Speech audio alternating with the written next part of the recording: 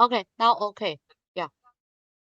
Yeah, it's our great honor to have our three invited speakers, Professor Shengjie Ling from ShanghaiTech University, Professor Feng from UBC, and Professor Yuanyuan Li from KTH.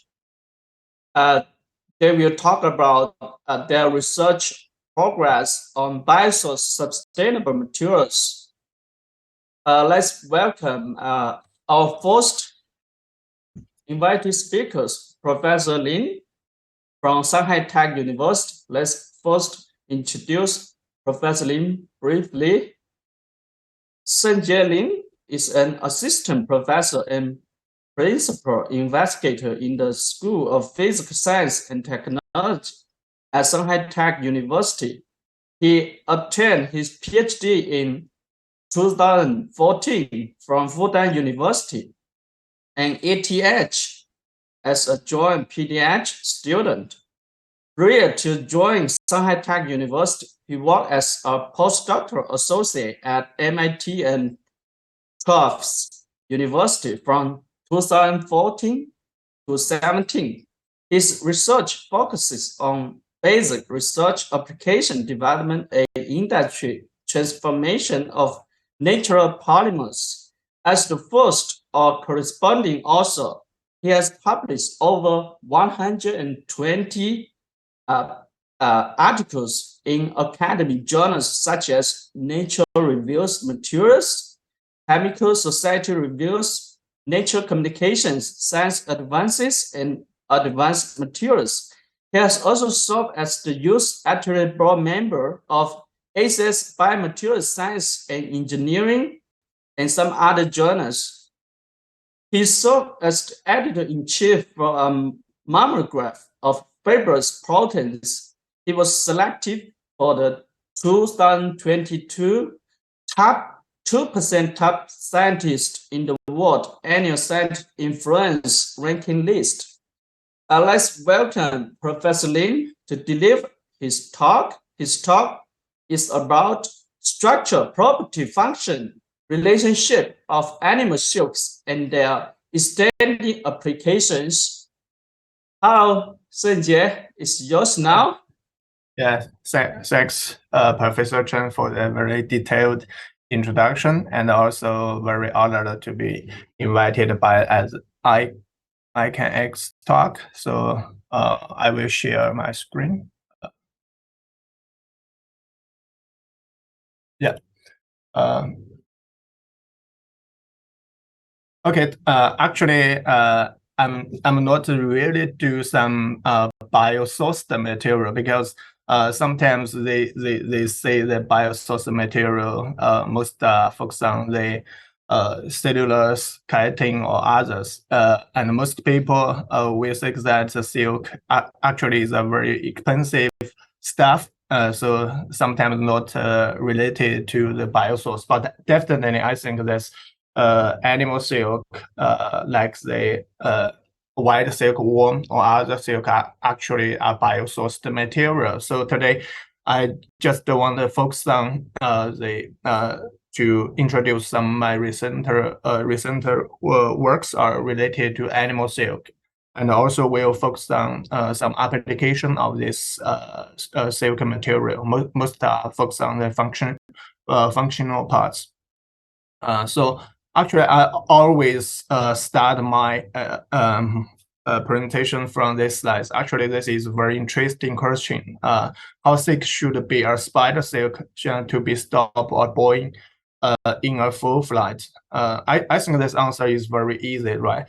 Just 2 micrometers in diameter can stop a boiling flight. So that means the spider silk, as other silk material, are very strong and tough. So this always a lot of the people interested in biomimic or bioinspired of the spider silk. Actually, this is I think is the most reason this kind of the material or this kind of fiber are very strong and tough.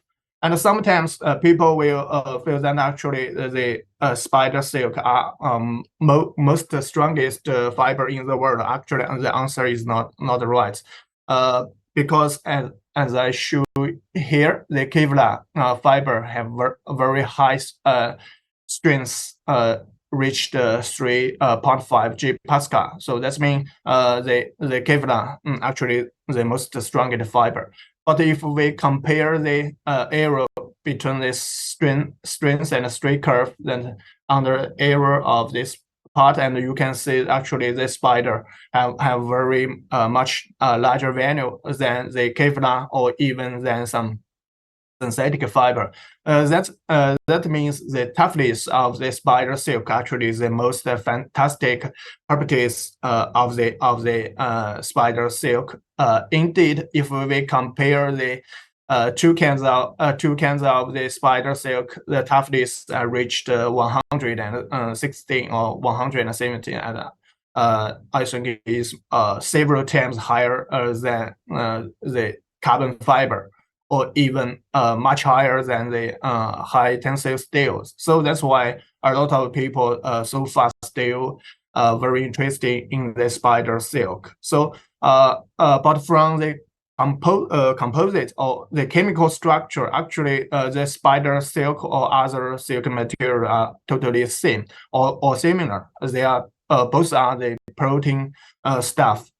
So how can this protein material to be so strong and tough? Because our skin also the protein made of the collagen, all right, and also other proteins such as the keratin also can get the material, but the mechanical property of the spider silk actually much super than the other kind of the protein material. So the secret, I think, is due to the very sophisticated hierarchical structure. So this finger is created by my supervisor at MIT, Max Buehler.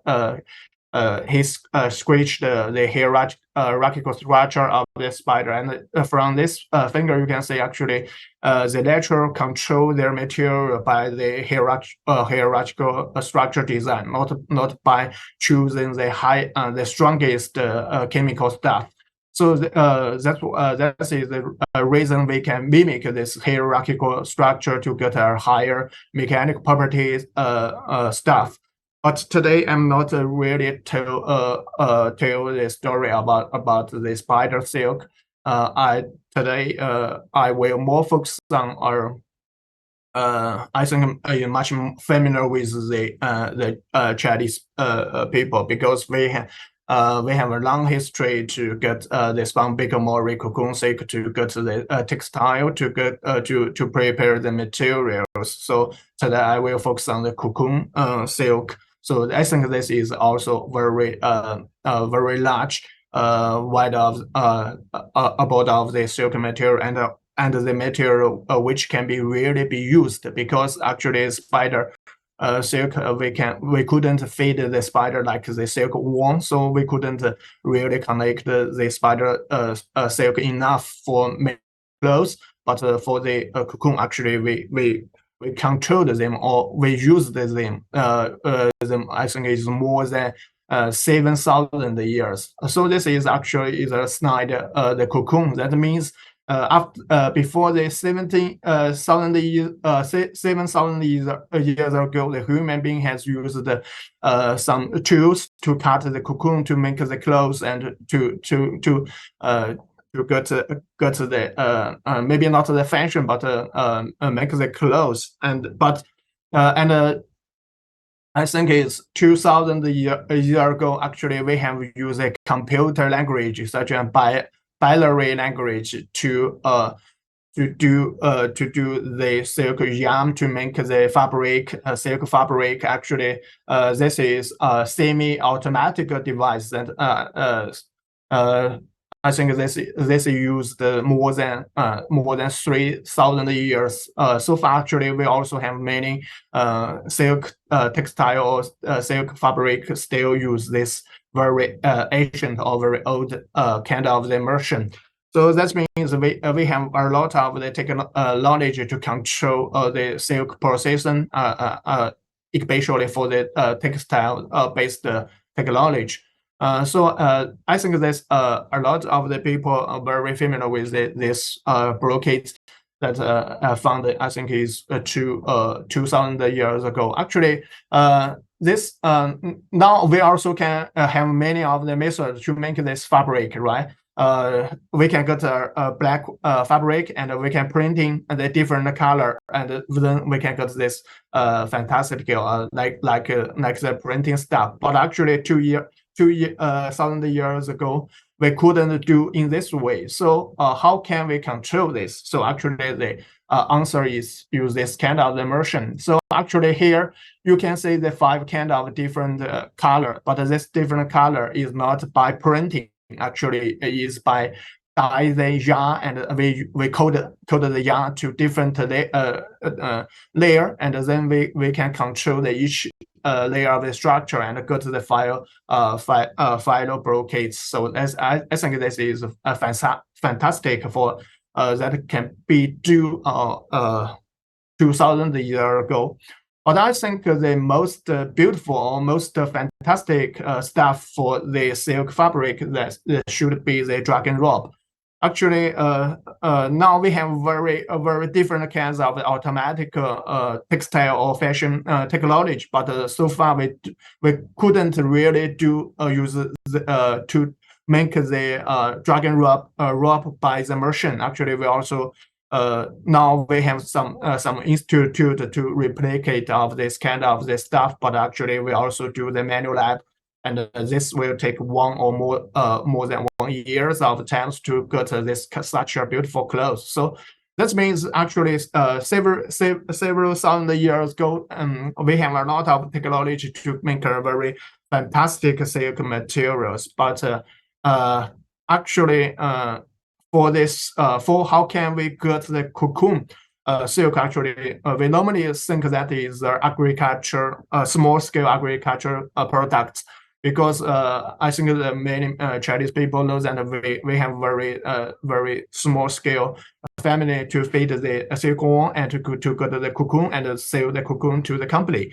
But now actually we have a new silk road to get this cocoon actually totally by the modern industry and not by the agriculture feeding. So this I think this is a very big breakthrough for the silk cocoon production. But actually, this is from how we got the silk cocoon, and the another way than how we use the silk. Normally, as I said, actually, we human have used the silk as a textile, as a fabric, and more than 7,000 years ago. But for the silk material, and use the silk as a material, actually, I think it's just 20 or 40 years. But so far, actually, silk have used a larger amount of the fields, such as the biomedical, engineering, textile, biomedical engineering, and optical device, and others. But if we carefully compare with the silk fiber material, actually that means that we dissolve the silk fiber into the silk fiber solution, and then use the solution to make different kinds of the material. So the mechanical properties such as the toughness and the modulus in this range, but the animal silk actually, especially this spider silk or some fossil silk in this level. That means actually they have same components, right? Both are from the silk fiber protein. But if we compare the mechanical properties, we will find a very different gap between the silk fiber and silk material, and even some silk fiber material have lower mechanical properties than the engineered polymer. So that's driving us to understand what's the difference between the silk and the silk fiber materials. So this is, I think, is very early of my study that try to understand what the structure, what's the relationship between the structure and the property of the animal silks. So here we used the synchrotron FTIR spectrum. Actually, this is For the FTAI, I think it's a very traditional technology because we have not of the traditional device can do the FTAI test. But here, why I use the synchrotron, because actually, as you see here, and the small scale, maybe something wrong. And the small scale actually is a synchrotron-based light source can get much higher brightness of the light source. That means synchrotron have the ultra high brightness. This induced the high spatial resolution of the spectrum. That means actually a diameter of the fiber is only about the 20 meters. So that means if we use the 20 micron aperture size, then we can get a very high quality spectra of the animal cell. But if we use the traditional global source, then the noise and signal to noise ratio will be very poor. So that's why we aim to use the synchrotron FTI to do this kind of the work. So actually, I think this is my first publish in my PhD degree, and we monitor the three kind of different material.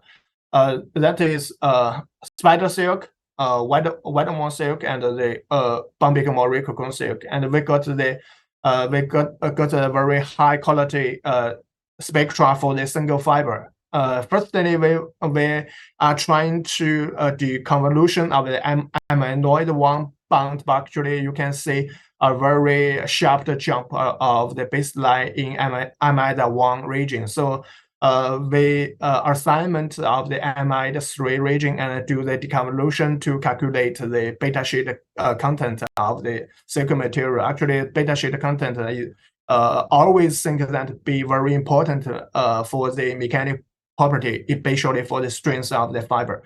So if we got this kind of the results, actually this results, if we compare with other technologies, knowledge such as NMR or X-ray, they got a lower content. But if we compare the trendings of these three kind of the content, actually the sequence are same. Actually, the Bambic Mori silk have high beta sheet content, and the spider silk have no lowest one, and the white silk in the middle.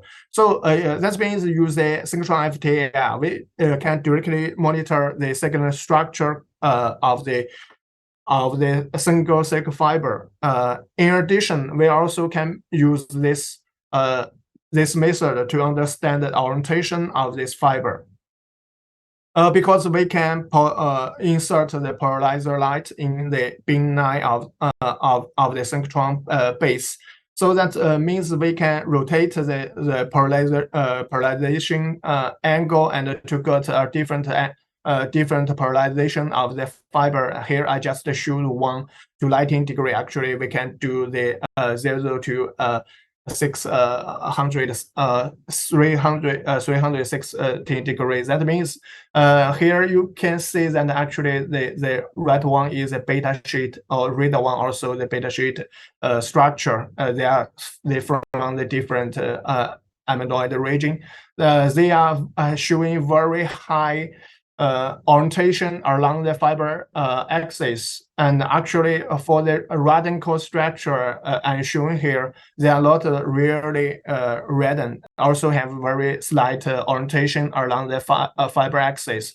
So that means use the synchrotron FTAI, we can get the two very important information and the second structure. One is the beta sheet content, and the second one is the orientation of the conformation. So actually, as I said, there are not kind of the lots of the kind of the silk wool cocoon silk. Except the Bambic Mori, we also have some. This is Chinese one, and also this is Japanese one, and this is Indian one. That means we have a very big family to understand the property of the stuff. So But today I want to more focus on I think it's a very interesting stuff. I defined this as the Tencent cocoon. Actually, this is from the Japan. Japan white silkworm cocoon. They are named the Tencent cocoon. Actually, as I said, they if we compare the second structure of the Bambiki Mori silk and the Tencent cocoon silk and the secondary structure level, actually beta sheet content, these two kinds of material are most the same, around the 30 percentage. We also can compare the orientation of the each conformation, such as the beta sheet and the radical structure. Also, they have very similar orientation structure. That means the beta sheet are oriented along the fiber axis, and the radical have a slight orientation along the fiber axis. So that means at the second structure level, these two kinds of material are most the same. But interestingly, if we compare the mechanical property of these two kinds of this stuff, the red one is the Bambiki Mori, and this one is the Tencent cocoon silk, and this one is the spider silk. So that means actually from the mechanical property, the Tencent cocoon are more similar with the spider silk instead of the Bambiki Mori silk. Both these two kinds of are cocoon silk, and the spider are used to make the web. And if we compare the stiffness or strength, and also can find that actually this kind of the silkworm silk are much more similar with the spider dragonite silk. So that's will raise a very interesting question. And the second structure level, the Tencent cocoon is similar with the Bambiki Mori. But actually, from the mechanical side, actually, these two kinds of spider are much more similar. So that means we want to understand what's the difference, or what's the reason to get this difference of the mechanical properties. So we under the second structure level, they are same, but actually we can see here from the mesoscale structure, this three kind of the material are totally different. This is Tencent cocoon. You can see very high oriented nanofiber structure, and the Bambiki Mori silk or other synthetic fiber, you can see a very homogeneous cross section. So from this image, we can conclude that maybe the mechanical property differences come from this mesoscale structure instead of the conformation structure.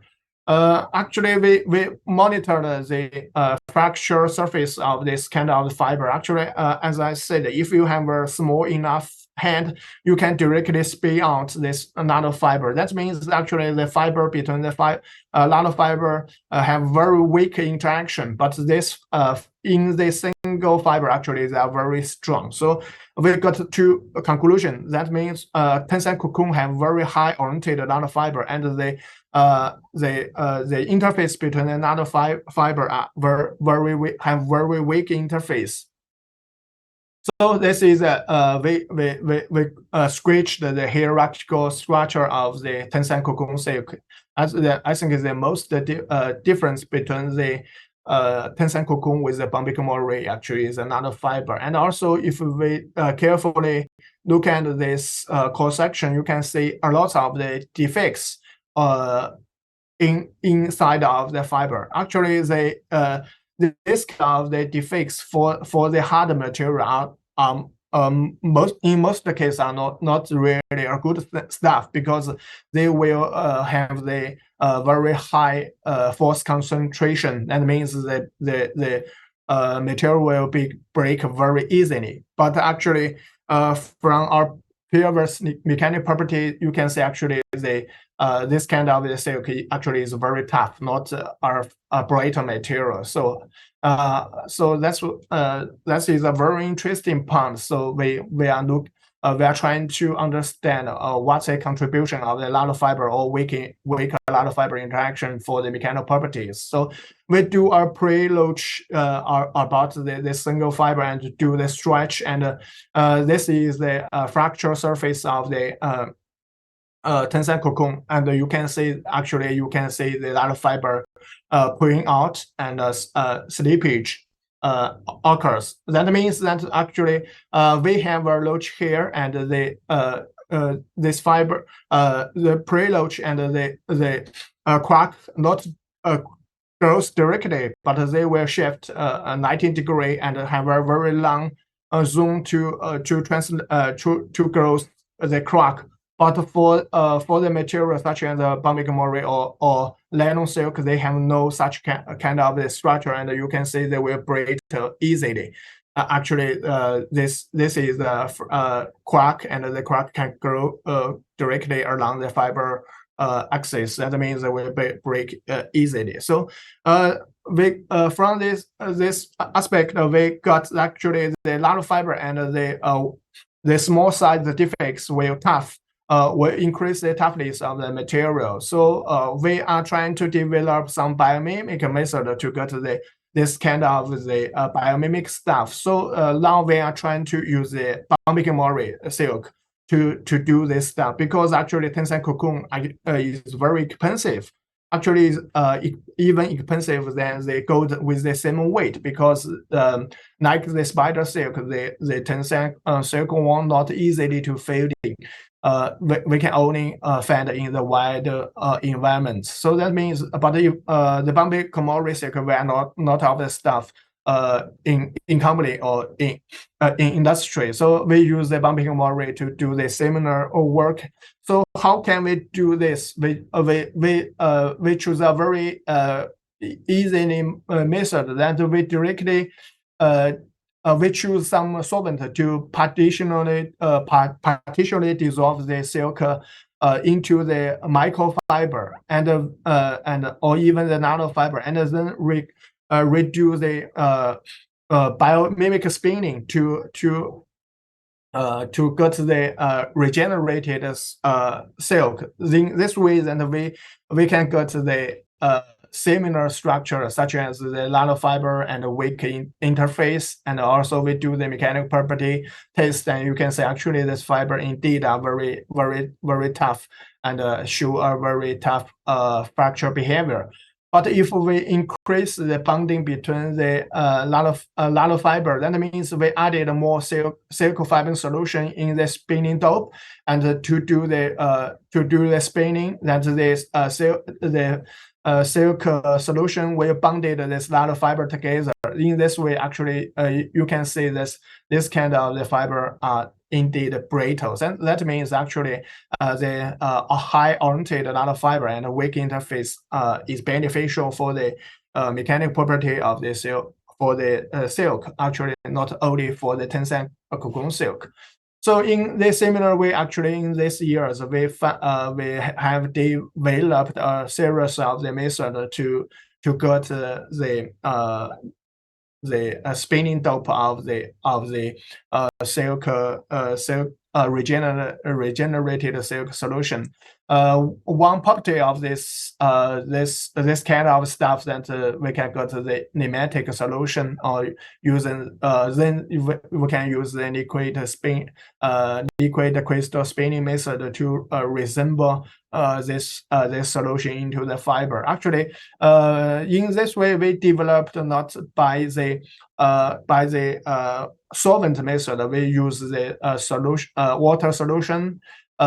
Then in this way, we can add some other functional stuff, such as the carbon nanotube dispersion, or such as the ions in the solution, and then we can do the biomimic spinning, right?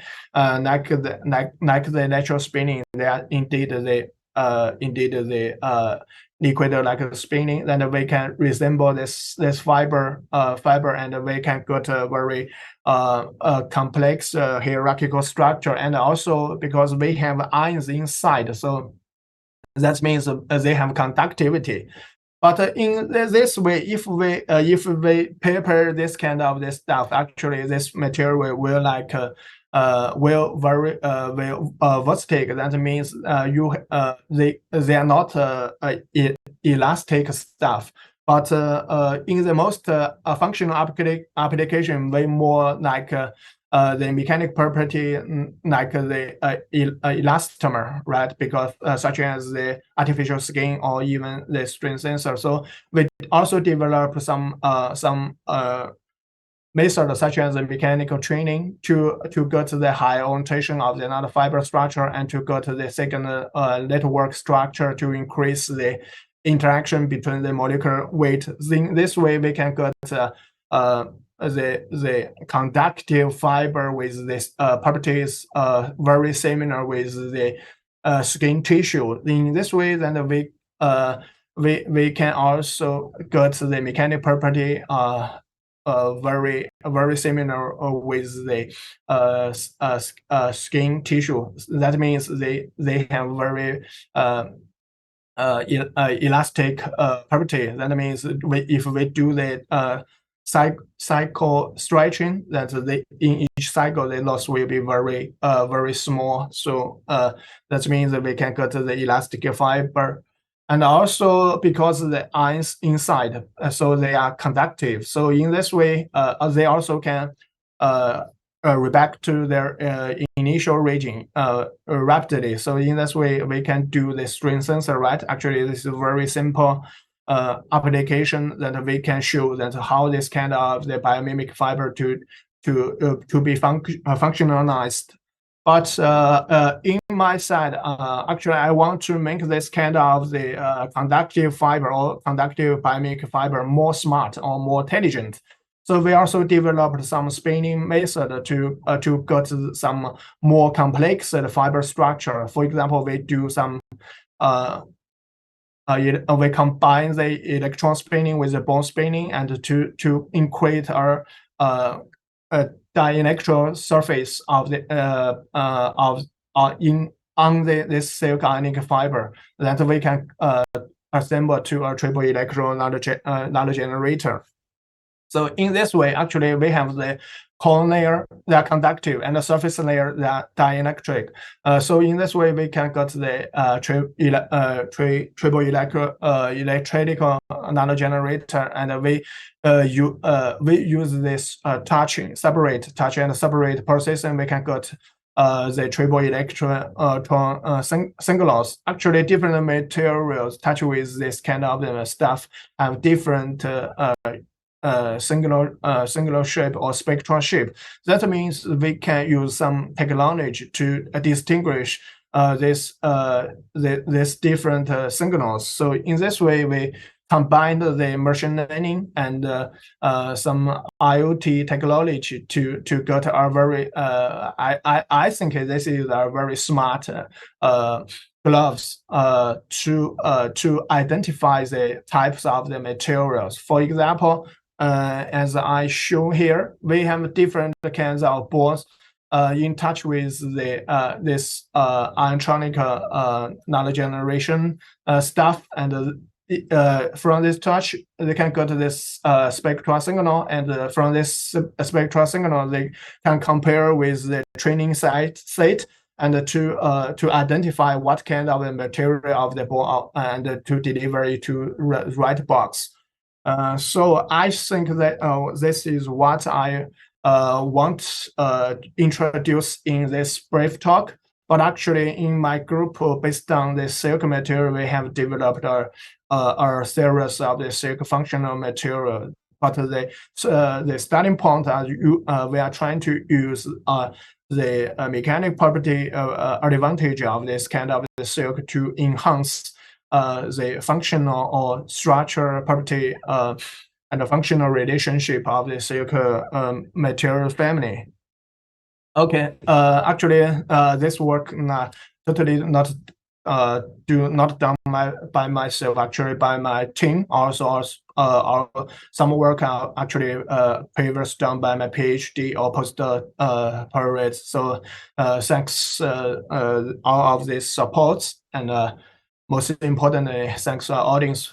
Thanks for your attention. Okay.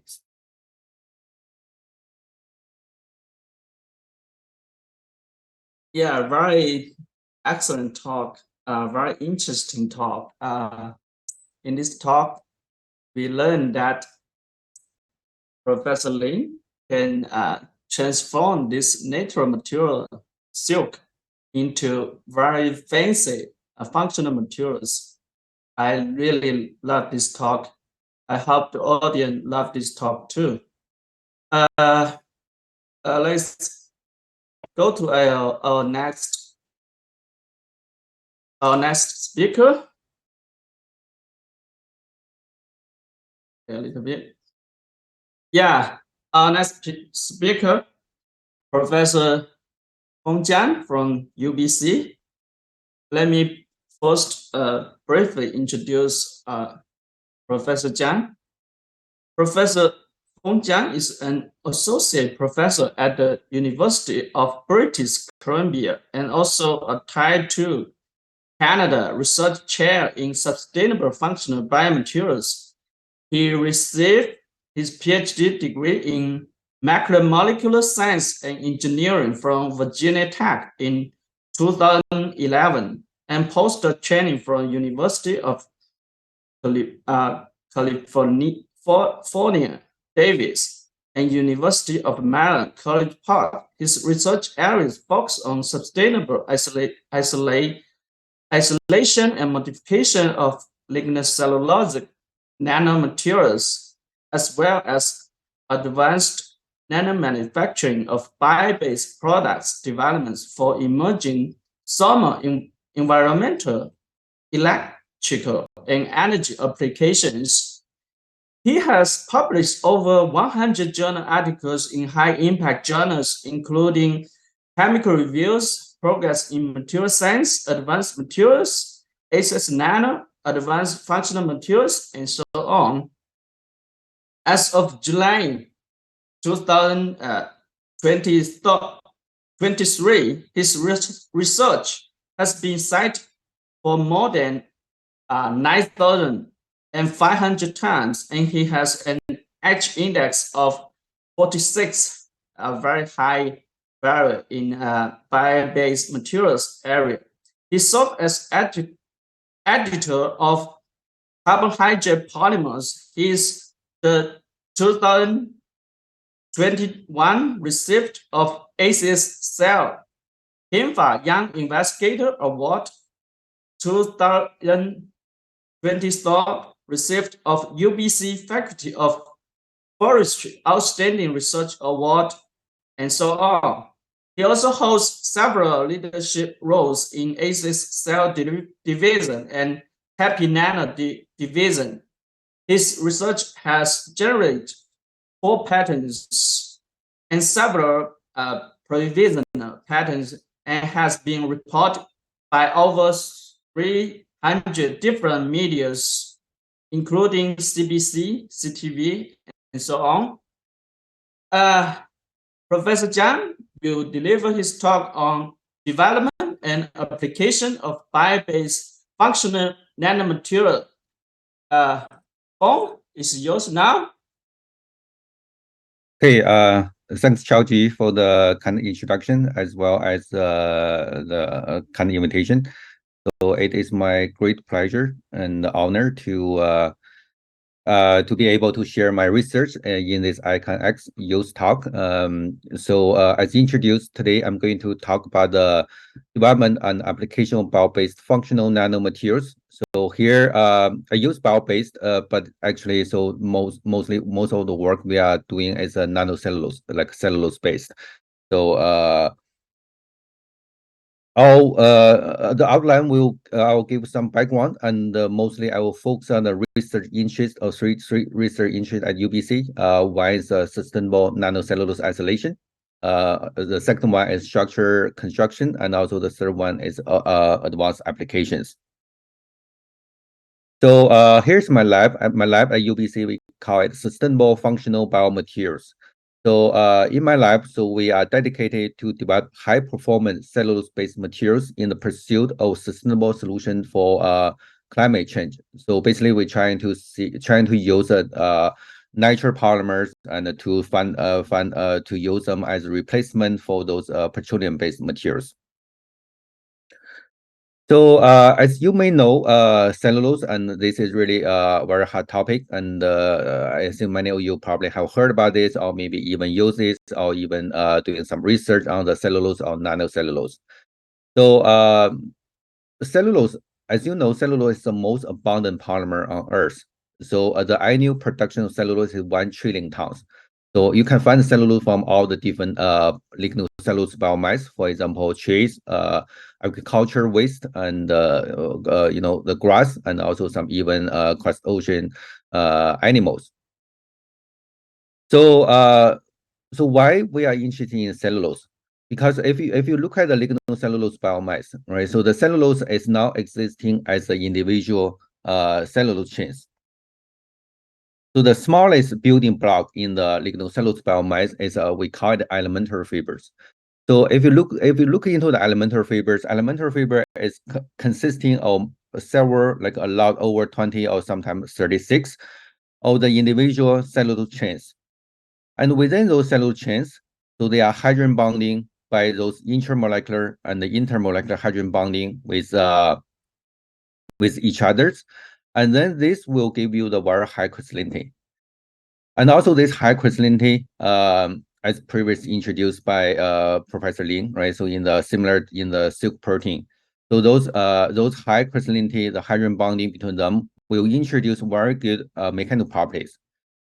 And also, as I mentioned, the elementary fiber is about a few nanometer in diameter, 3 to 4 nanometer in diameter. Therefore, it gives you the very high surface area, and on the surface, they're exposed a lot of functional group.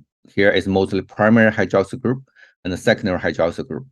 So those hydroxyl group are giving a lot of possibility for many of the chemical modification, and also therefore you can modify the cellulose into a different cellulose derivatives.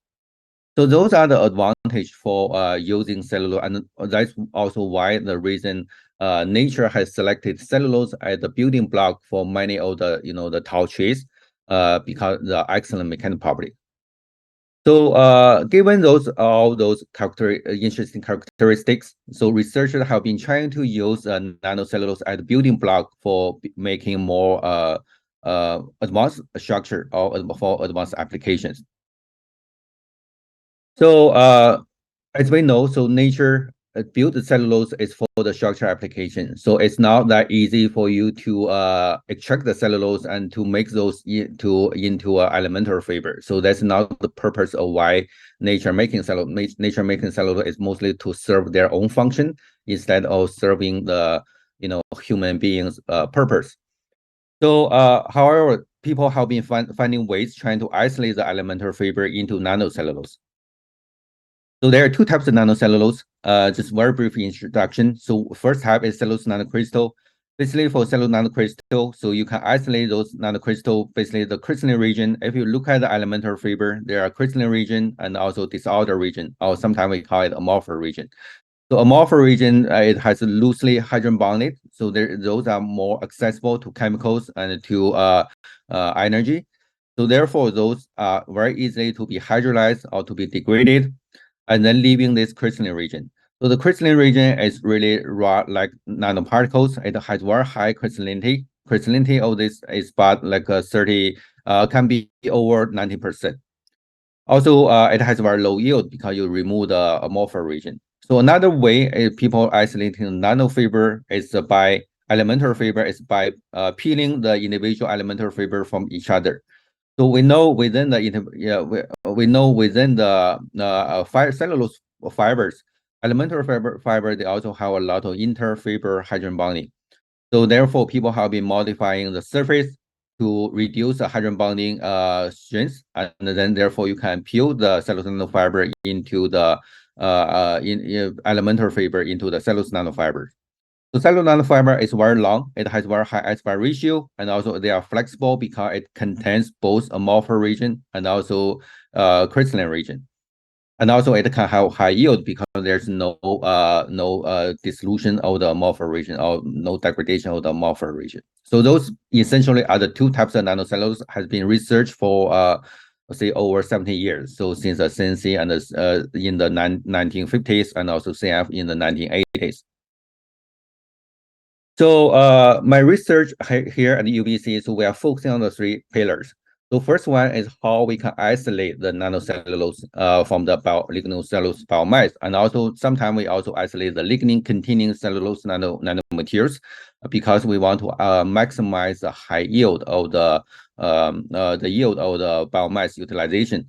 So once we get these nanomaterials, we study how we can assemble those into different forms. For example, into the fibers, into aerogel, hydrogel films, fire retardant foams, and also elastic aerogel, and also the 3D by using 3D printing method to constructing the more delicate structure. And also we are looking at the application, for example, for sensors, for house monitoring, for thermal regulation, thermal isolation, thermal regulation, and for water treatment, and some energy storage work.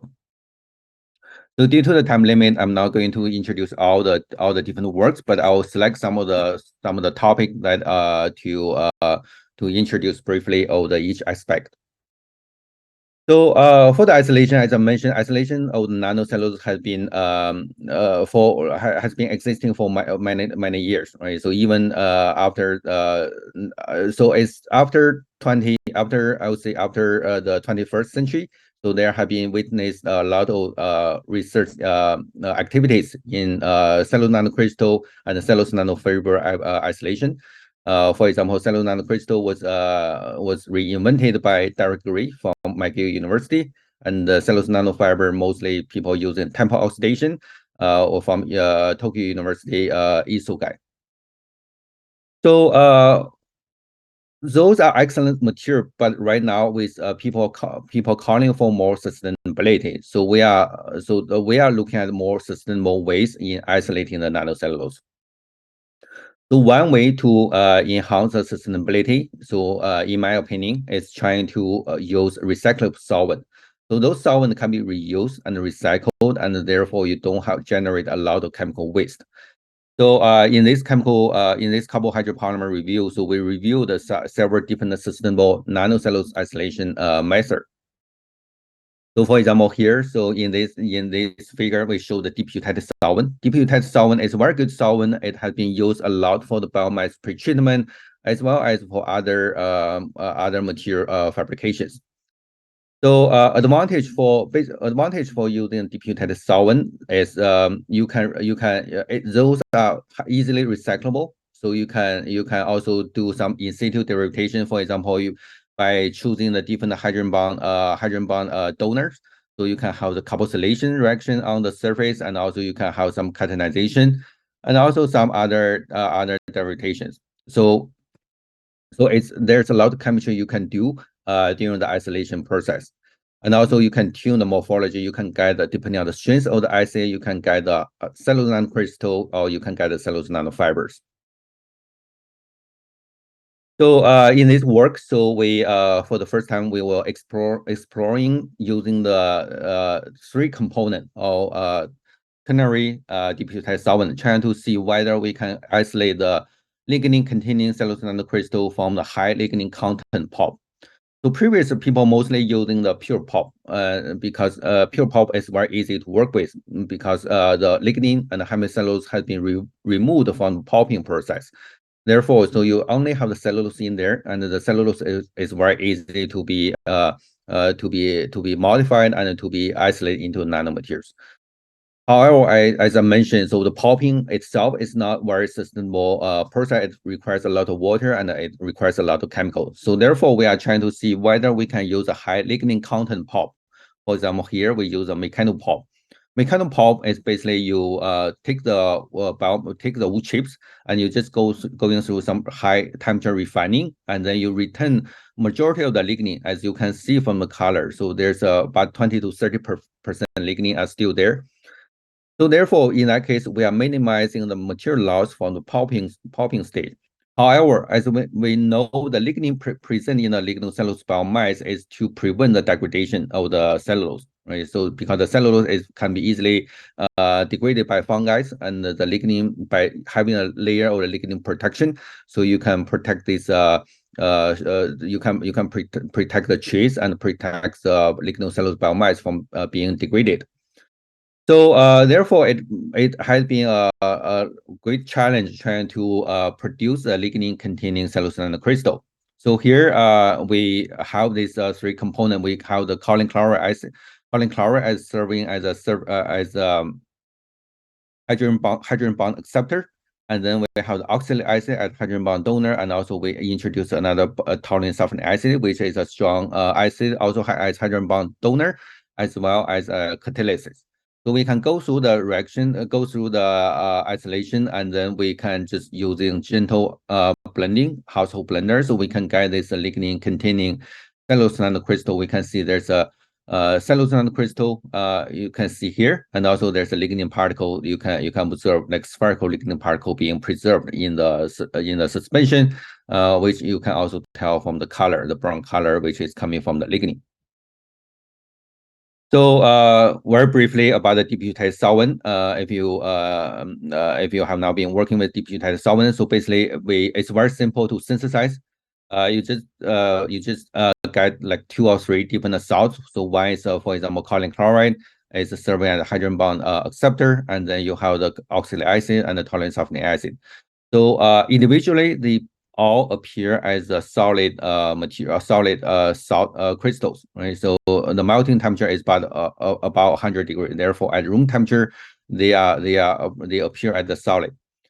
However, if you mix them together, because the strong hydrogen bonding, for example, from the quaternary amine and to the carboxylic group, so the strong bonding between the two components, so you will be disrupting the interaction, their intermolecular interactions, and then you can get the liquid. And those liquids are stable even at room temperature. So you need to increase the temperature to dissolve, and after that you can just cool down to the room temperature. It's still present as a liquid. So those are very good candidate because it has very high hydrogen bonding capacity, and also the oxalic acid can modify the cellulose by having some esterification reaction. So therefore, you can use this to pre-treat the lignocellulose biomass and to get the lignin-containing cellulose nanocrystal. So we can see how by having these 3 components, so we can have very high yield, about 60 or 67% of the yield. So meaning there's only some minor material loss, mostly from hemicellulose and also some amorphous cellulose. And also we can see it has very high thermal stability, because one of the major application for this cellulose nanocrystal is you can use this for polymer reinforcement, and therefore you need to have highly thermostable nanocrystal in order to go through the so make sure they can withstand the high temperature and high shearing during the extrusion process for the nanocomposite fabrication. So later on, so we also focus on the reactive deputized solvent hydrolysis. So the previous one is also reactive because we have a carboxylic group modified on the surface. But here, so we are trying to use a reactive deputized solvent not only to introducing the negative charge, but also to introduce some functionality. So for example, here we use the sulfuric acid and the urea as a deputized solvent. So basically, we have the sulfuric acid. Sulfuric acid can easily esterify the hydrolysis group to introduce its ammonia sulfate group. So as you may know, so there's a sulfur and also there's nitrogen. Both sulfur and nitrogen are very good flame retardant materials element. So because the sulfur it can degrade into sulfuric acid, and therefore it will speed up the charring of the cellulose, and then the ammonia can be released as ammonia gas, and then it will dilute the oxygen content in the environment. So therefore, so this we are making this cellulose. We know cellulose itself is like a paper, so itself is very highly flammable. So we are making these highly flammable materials into a fire retardant. So we don't have to add extra fire retardant. So just using this, we can make the fire retardant foam. and also it has very good simulation properties. So another one we are introducing is organic acid. Organic acid, so previous people mostly using inorganic acid. So by having this organic acid, so they are more they have weak acidity, and they do not have a strong corrosion to the reaction vessels, and also it's very easy to be recycled, and also you can do the surface modification. So this very briefly, so we are using this molten oxalic acid as a reaction medium, and then we can go through the oxalic acid can be easily recycled by this crystallization. So basically, we just evaporate, and then the acid can be crystallized on the beakers. And then we can see after forced recycle, so we can still be effectively using this as a reagent to isolate the nanocellulose, and the nanocellulose yield is always about 70%. So meaning the recycle reagent is still very effective in for the isolation. So those are some of the work on the isolation. So as I mentioned, so the next one is so because once we isolate nanocellulose, mostly they are existing as a water suspension. So so therefore, in order to have more like a application, so we need to reconstruct them into a different forms. For example, we can reconstruct into the fibers and into the films, hydrogel and foam aerogels, and also 3D printed structure. So those are all the different from 1D to 3D structure that you can use the nanocellulose as a building block to reconstruct the nanocellulose into those structures. So particularly, so what I'm mostly interested in is the elastic materials. So we know so many of the polymer foams, and they have very good elasticity, right? So and also those elastic materials can be used for cushioning, for matches, and for clothing, and also for some chemical sensors or electrical sensors. So therefore, elasticity is really a very interesting properties that I want to introduce to the cellulose. However, if you know the cellulose itself is not really highly elastic materials. For example, if you take a piece of paper and you crumble into a paper ball, so the paper will just fold as it is because it's very hard for the paper to recover to its original shape. Because there's as mentioned, so there's a lot of hydrogen bonding on the cellulose. Once you crumble them, so they will form some hydrogen bonding and to hold the structure. And also there's now very strong resilience of the cellulose pulp to withstand those hydrogen bond. So therefore, so we have been working on some different strategies and trying to introduce how we can introduce elasticity to the cellulose structure. So here I will be introducing some work on the aerogel and also on some 3D printing. So the first work we are introducing the elasticity by having this, we call it dual as templating assembly of data of the sensei to try to produce a cellulose nanofiber elastic aerogel. So here this beaker, this glass well, it shows the cellulose nanofiber from the temper oxidation. So from the TM image, we can see it's very high aspect ratio. It's the fiber is about a few nanometer in diameter and a few microns in length. So making aerogel from the nanocellulose cellulose aqueous suspension is very easy. So basically what you need to do is you just freeze the suspension, and then because it has very high surface area, a lot of hydrogen bond can be formed. So without any cross linker, you can get this honeycomb structure of the aerogel. And if you zoom in this honeycomb structure, you can see you lose all the nanofiber morphology. Starting, they have a few nanometer, and then after assembling, you have this very compact film. So you don't see any of the nanofiber. So this compact film, once you compress it, so this aerogel will not recover, maybe only recover a little bit. So meaning you lose all the, there's no shape recovery. And similar, so for example, I use the synergy of I use an example of the papers, right? So similar, if you can imagine this as a piece of paper, once you crumble it, so it's very hard for them to recover. So therefore, my thinking was if we try to make this individual whole walls to be more elastic, then probably we can introduce elasticity, right? So if we can interconnected fishnet structure or mesh structure, then probably we can introduce elasticity. But how to achieve this? This is challenge because it's very hard to, because the nanofiber, they have very high surface area, they always assemble into this compact film. So here, so we introduce another ice templating, ice crystal templating strategy. So by having this nanofiber first assembled into the submicron fiber. So if you look at this fiber it looks like electric spun fibers, right? But for nanocellulose, you can never electric spun those into this kind of fiber. So we use as crystal templating, so we can assemble those into a submicron fiber, and also you can see they become more turbid. And then those submicron fiber can be further assembled into this honeycomb aerogel. And then you still have this honeycomb structure from the ice crystal templating.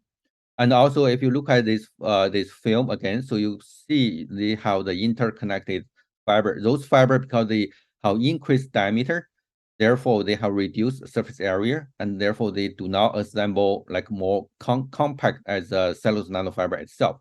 And then by having this, we can have this super elastic structure, aerogel structure. And also it is isotropic, so the elastic you can the elasticity on all the direction. For example, here's a longitudinal direction, and also this is axial direction, radial direction. So it all shows very good elasticity. And also even at liquid nitrogen, which is negative 200 degrees Celsius. So it also maintains elasticity. So this is very different from the polymer fiber, because you can get the polymer elastic aerogel from polymer fiber, but polymer fiber, so they have glass transition temperature, so they will become more brittle if you lower temperature below their glass transition temperature. But cellulose, it does not have that problem. So you can see even in the minus 200 degrees, it still maintain very good elasticity.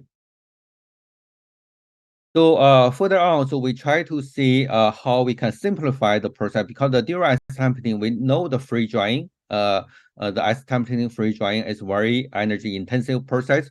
So therefore we trying to find streamline this process by finding a natural existing long fiber. So here we look at the hemp fiber, the hemp bust fiber, then we disintegrate, and then we reassemble those into aerogel, and using the PAE as a cross linker.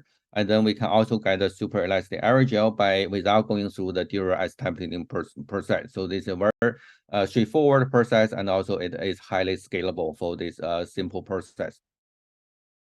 So another strategy we know, so taking back to the example of the crumble paper, right? So we know the crumble paper, the paper ball, you cannot recover it. But once you throw that into water, so you will see the paper will slowly recover to its original shape, right? So this is a well-known process, and also we have been observing this in many of the previous research. For example, we have this aerogel, so we compress it and we put into water, so we can see it will immediately recover to its original shape. And also same thing for the 3D printed structure. So we soak in the water and we press it, so it will show very good recovery, right? So we call this water activated elasticity. So what does that mean? Because the water molecule is serving as a plasticizer, it can plasticize the cellulose molecule and into to make it more elastic. And also the water molecule can compete the hydrogen bonding, so with a cellulose fiber surface, and then therefore will reduce the interaction between cellulose chains. However, so for both of those, there's a lot of water in there. So if you want to, for example, you can see the water is squeezing out, right? So we don't want them to have so much of the free water. So we want to have certain amount of water in there, and just to serve as a plasticizer, and the whole material still feels dry. So here we introducing this method. So we use 3D printing cellulose nanofiber from temper oxidation, which contains the carboxylic group. So we have the carboxylic temper oxidation cellulose nanofiber, and we introduce the calcium chloride to cross-linking the surface. So after cross-linking, we did not remove the actual calcium chloride, because we know calcium chloride is a hygroscopic salt, so it will absorbing moisture from the atmosphere. So we have this calcium chloride stay in the structure, and then it will start to absorbing the moisture from the surface. and then those moisture will be captured by the surface hydrolysis group, will be bound on the surface of the cellulose, and therefore, so there will be trapped water or absorbed water by the cellulose nanofiber, and then those water will serve as plasticizer. But since all the water are bound water, so there's no free water. So when you squeeze, so there's no free water being squeezed out. So this we did the mechanical testing, like a stress strain curve is showing the elasticity, and also there's some videos and showing the both the in-plane elasticity and the out-plane elasticity. So it shows very good elasticity. So there's only about 20 to 30% of absorbed water. You don't need a lot of water to plasticize the cellulose structure. And then it has very long-term durability. So this has been left there for like almost a year or more than a year. It still shows the good elasticity. And then this one, it shows we can remove the water by drying in the oven, and then it can absorb again. So it shows after 10 cycles, it still shows very good elasticity. So this means so we can make those elastic 3D printed structure by having those absorb water to activate the elasticity. So another topic that I'm interested in is in the 3D printing, like a very strong material. So here is a 3D printing of super strong structure. So basically we are making the 3D printing partially dissolved cellulose and to 3D printing into a structure that can withstand over 15,000 times its own weight. And also, we also work on the nickel mimetic composite. So basically, organic, inorganic nano composite is very interesting to here. So we try to utilize the layer structure in the wood, and we did the surface activation, and then we did the mineralization by calcium chloride and sodium bicarbonate, and then we can introduce over 70% of inorganic content into the composite, and then this composite showed very high toughness and a very high fracture toughness, right? So basically, if you look at this imaging, so you can see there's a crack deflection. So basically, there's a notch, and you can see it does not go straight. The crack will deflect through the interface, and then this will give you the very high mechanical toughness. So the last part I want to introduce is very briefly is the application. So as we work on many applications, but I want to focus on the ionic conductive gel. And then this is a recent review, chemical review. So we just recently published also in collaboration with Professor Qiaoji Chen. So basically we have been working on the ionic hydrogel for many years, but we don't see a very review paper in this area, and therefore so we try to come out like a review, and mostly in this review we try to highlight so what is the advantage for cellulose, why cellulose can be used for making the ionic hydrogel. We know there's different applications as you show here, so we're trying to understand the contribution of cellulose in the ionic gel, either organic gel or hydrogel, from the structure, property, and also the benefit, trying to identify what's the relationship with the nanofiber morphology, surface chemistry, and also we focus on the environmental sustainability at the last section of the review. So if you are interested, you can download this one to read. It's a very long review paper. So just to summarize what we have been doing for the hydrogel work, for example, we here in this paper, so we conducted the ionic conducting cellulose nanofiber PVA organo hydrogel. We try to use a temper oxidized cellulose nanofiber and try to see what is the benefit for adding the cellulose nanofiber. So we can see, so adding only a small fraction of the cellulose nanofiber into the system, 1%, 2%, 4%, the mechanical property can be significantly enhanced, and also the toughness, as you measure from the tensile stress strain curve under the area below this curve. And also at the same time, we can see the ionic conductivity. As you increase the cellulose nanofiber concentration, the ionic conductivity will also increase due to the surface charge effect and also due to the nanofiber structure. So later on, so we trying to because we, as mentioned before, so we have been using a lot of deep eutectic solvent as a pretreatment for cellulose materials for isolation of the cellulose nanofibers. So therefore, we were thinking whether we can streamline the process. We know temporal oxidation, as I mentioned, it's not very sustainable, right? So the tempo is it has environment toxicity. And also you use a lot of chloride bleach. So therefore, we're trying to see whether we can streamline the process by just using this one-part reaction, using deep eutectic solvent to pretreat the cellulose fiber and then directly convert that into a eutectic gel.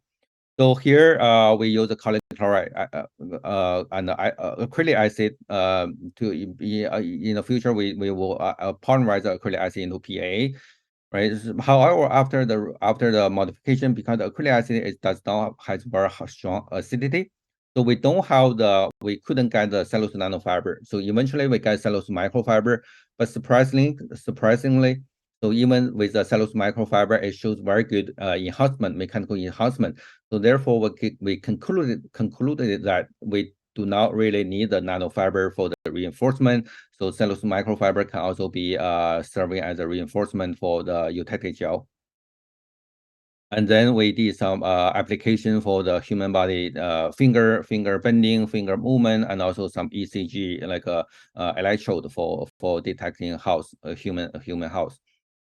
And then we also use cellulose nanofiber as a encapsulating agent to encapsulate the liquid metal and to making this electrical conductive hydrogel, which shows the consistent conductivity even at the different solvent like water, ethylene glycol, DMSO, because this is the conductivity is from the electrical conductivity, it's not from ionic conductivity. Therefore, there's no decreased conductivity when you exchange to the different solvent.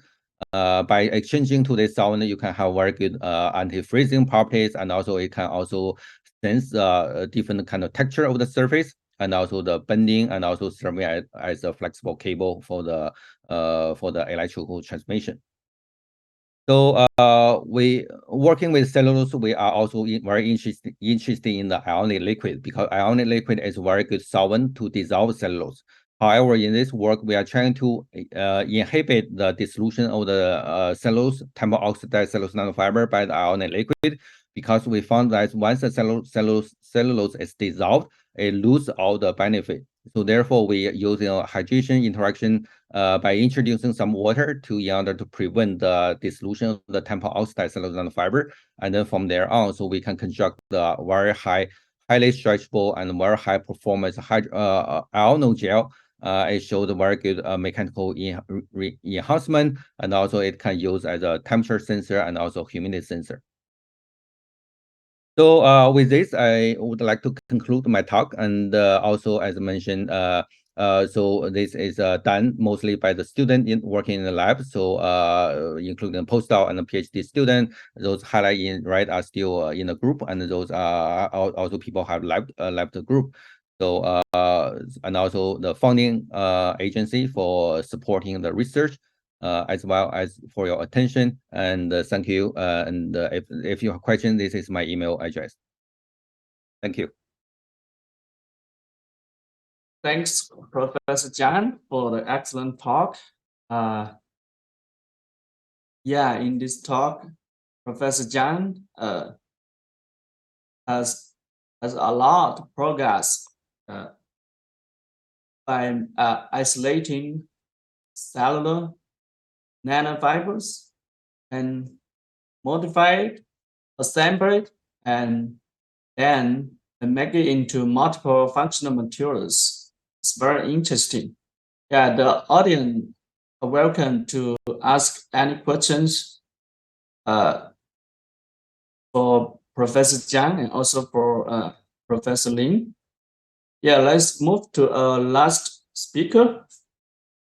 Let me share the screen.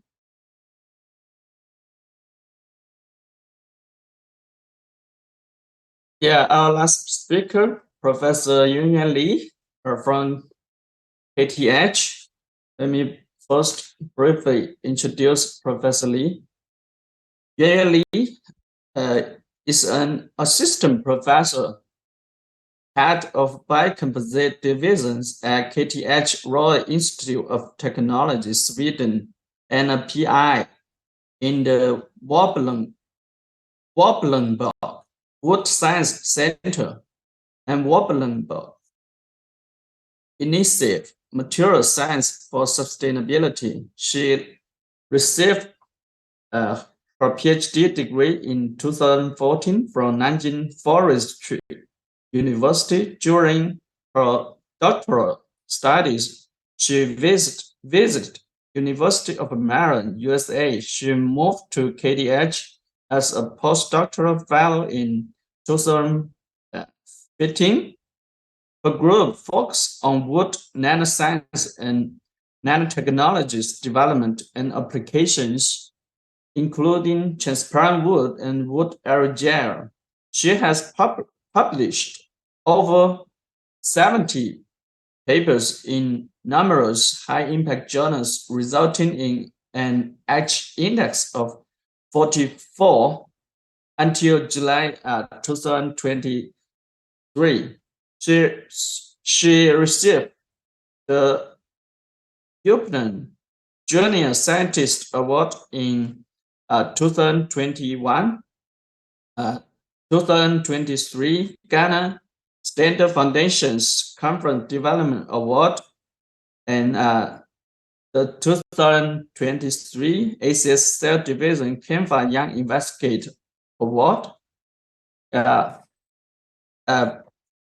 Professor Li will deliver his talk on new insight into sustainable cellulosic aerogels. Let's welcome Professor Li. Yuanyuan is yours now. Yes. I will share my slides first. So first, thanks Chaoji for the kind introduction, and thanks for the invitation and the ShanghaiTech platform for this opportunity to introduce my recent work. My name is Yuanyuan Li from Woblenberg Wood Science Center and KTH Royal Institute of Technology. My topic today is about new insight into sustainable cellulosic aerogels. Professor Jiang has already mentioned his work about cellulosic aerogels. So this saves me a little bit the effort to introduce the basic concept. But still, I still want to introduce a little bit details about aerogels. So aerogel is a type of a porous solid material that has really low density, really high porosity, normally over 80%, and high specific surface area can be up to 2,000 square meter per gram. And one feature is that this type of a material is a mesoporous dominant. Of course, according to the development until now, the concept for aerogels or the definition for aerogels and the porous definition now is extended to the pores normally less than 100 nanometers. So aerogels are getting increasing interest and affecting our daily life. Since due to this structure functionality, this type of materials are more and more interested in insulation, energy storage and conversion, biomedical engineering, and water remediation, and even more. Before I introduce my work, I want to briefly introduce the history of aerogels or the development. From the beginning, actually, the aerogel was invented in 1930s. And until now, aerogels are still dominating by silica aerogels. But there's some disadvantages of silica aerogels since this type of aerogels, they are brittle. limiting their applications. Therefore, in around the 1980s or the 18th or 19th, polymer aerogels are getting increasing attention. Later on, due to these sustainability issues, from the beginning of 21st century, bio-based aerogels arrived. These bio-based aerogels actually includes a lot of materials based, like starch, also cellulose, and other bio-based materials. Here I want to focus on cellulose, or specifically on wood. Since cellulose materials is, as Professor Jiang mentioned, the amount of cellulose is huge, and the resources is renewable, like wood here. It is considered as a carbon neutral material or carbon negative material because during the wood formation, carbon dioxide is fixed in the wood structure. Another structure functionality that takes into action is their mechanical functionality, and that is lightweight and strong structure. This is mainly due to this hierarchical wood structure, because wood is porous, but the cell wall is a biocomposite of nanocellulose that is well aligned and embedded in the hemicellulose and lignin matrix. This is an inspiration for many lightweight strong materials. And this material, this cellulosic material and wood materials, they are directly and indirectly connected to at least 12 sustainable development goals. Current mainstream technology to make cellulosic aerogels, as Professor Jiang mentioned, is a bottom-up approach. That means you first need to either make cellulose solution or cellulose nano building blocks dispersion, and then you get them to be gelled. And to make cellulosic gel, after drying, carefully drying, then you can get cellulose aerogels. But potential or already noticed challenges or limitations for this approach is that you need to disintegrate the materials into nanocellulose building blocks or into the cellulose solution. This step normally is energy demanding, high energy demanding. And another limitation is that during this process, the hierarchical structure of wood is lost. So that means the already nature derived mechanical properties and other functionalities from the hierarchical structure is lost. So there's another approach recently appeared. It's called the top-down approach. In this approach, they try to explore the native structure, try to use the wood hierarchical structure, especially the oriented nanocelluloses in the cell wall and the distribution in the cell wall. Also, during this process, if we directly use wood, you don't need to break down the materials into nano building blocks. That means the energy for this step can be saved. There's already some people working on this cell wall component removal to make the wood to be more porous. And normally they call it delignification to remove lignin, sometimes combined with hemicellulose removal. But still, the specific surface area normally reported is less than 50 square meter per gram. And if you notice their structure, the lumen, the micrometer scale, like around 20 to 50 micrometer scale lumen structures are still dominating the pores. So that means we can have more space to improve to get a real aerogel. There are another approach that you can infiltrate this empty lumen space with polymers or polymer structures. It can be either cellulosic or nanocellulose materials or other polymers. But for this approach, there's a problem. One is about the diffusion. If you try to infiltrate the polymers into the structure, it takes really long time, and you could not get the materials into safe structures easily. And the second problem you can see from the SEM image that some space is infiltrated with polymer structures, but some space not. That means the uniformability is a problem. So in my group, we are trying to in situ extract the cell wall materials and form the network in the lumen. And then we get the structure like this, shown in the picture. We call it wood aerogel. So this is one approach that we use. We use dimagnesium chloride to try to partially dissolve the material. But before that, we need to do the delignification to make sure that the second step, dimagnesium chloride infiltration, is better.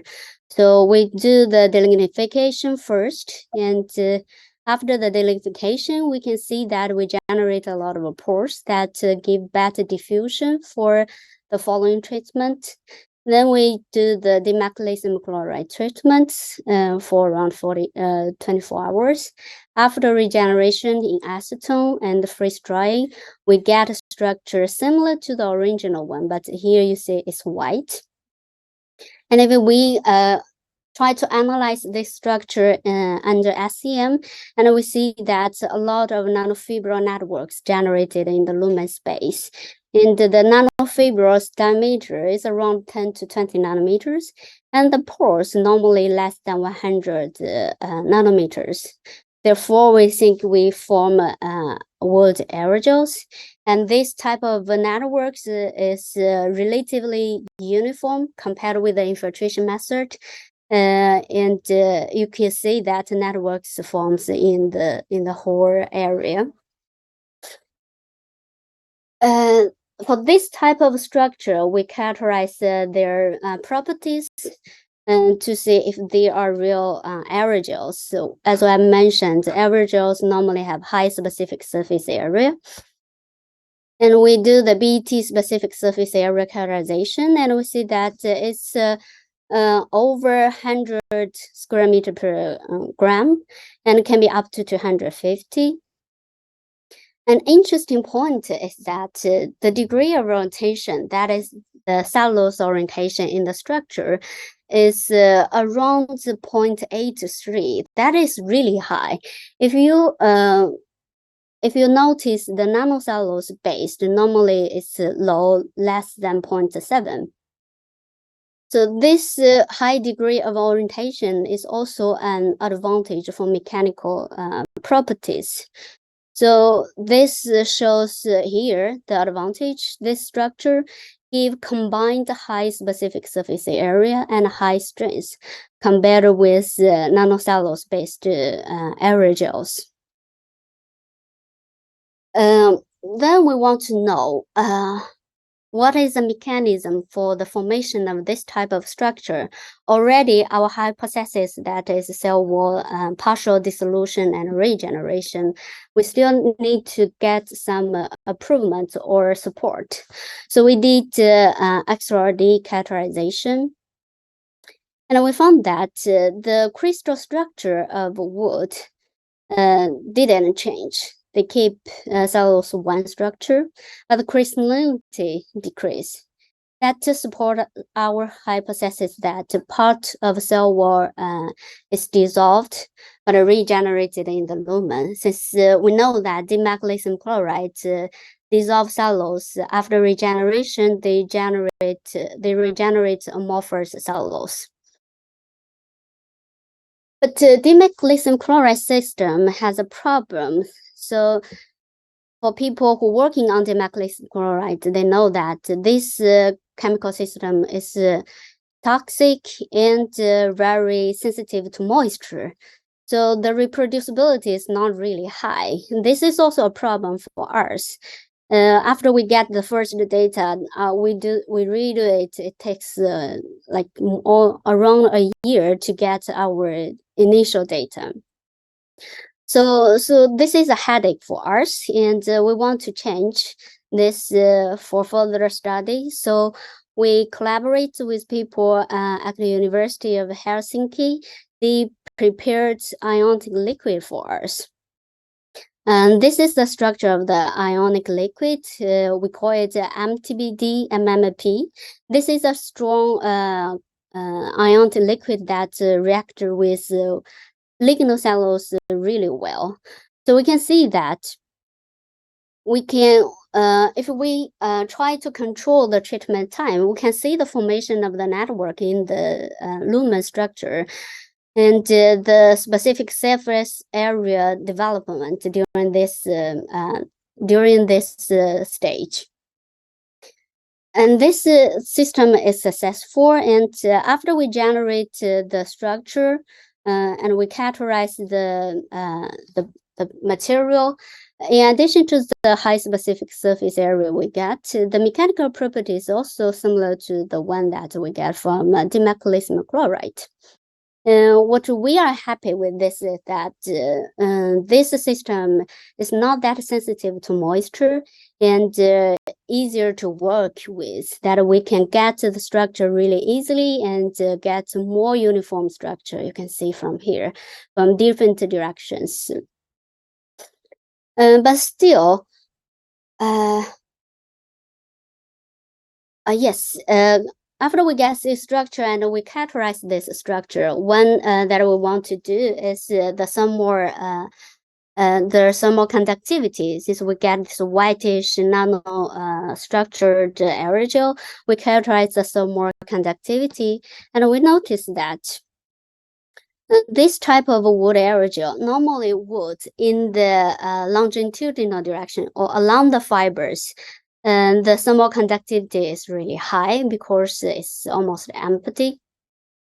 And in the radial direction, the thermal conductivity normally low. But after we generate this network, actually both directions, the thermal conductivity decreased a lot. And these two directions, normally in wood, you could see from the other works also, the difference between the two directions are huge, but in this structure, it's not that huge. We were thinking that maybe due to the nanowork generated in the lumen space that can function in every direction, that minimize the difference between the longitudinal direction and radial direction. And this is the demonstration that we show. This material shows good thermal insulation. Especially after a long time, you can see the stabilized temperature is lower than the native wood when the heating temperature is around 70 or 80 degrees. For this working system, ionic liquid, we were thinking, okay, first, always we need to do the delignification. But can we preserve lignin inside? Since after we do the delignification, if you noticed, the mechanical property decreased a lot. And after we make aerogels, it's further decreased. So can we preserve lignin inside and give and get materials with better mechanical property? So here we tried to work on wood directly without the delignification. Unfortunately, we get this structure also, but still, interesting, you can see that the lignin-rich area is still there, and it's uniform also. And that means we get this lignin retaining wood aerogel successfully. And we characterize the material for the chemical composition.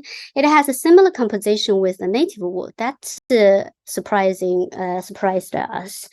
That means during this process, although we lose something, but the composition are similar to the one that we left. And we further characterize the porous structure, and the pores, a lot of pores from 10 to 30 nanometers generated. And this native wood-based aerogels has a specific surface area over 200 square meter per gram. That means we are successful to get wood aerogel.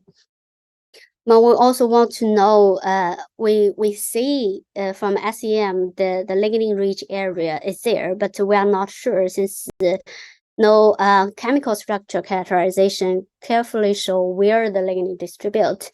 Since we want to know the process, how the structure formulate. And then we do the confocal Raman that we see here. The red color shows the lignin structure. The gray color shows cellulose structure, and the blue color shows the hemicellulose structure. You could see that the lignin actually preserved, but diffused a little bit into the lumen space, and also in the swollen cell wall. So that means the cellulose, the lignin still reach in their previous reached area, but diffuse a little bit out into the lumen space.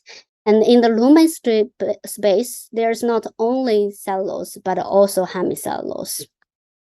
If you compare with the native wood structure, you could see clearly the difference. The cell was swollen, and chemical redistribution in the structure. And we developed this approach and do a comparison from the mechanical point of view. If this is the native wood that we're working on, for the work one that we use dimagnesium chloride, that is the mechanical property that we could get. And this is the one that we do the lignification.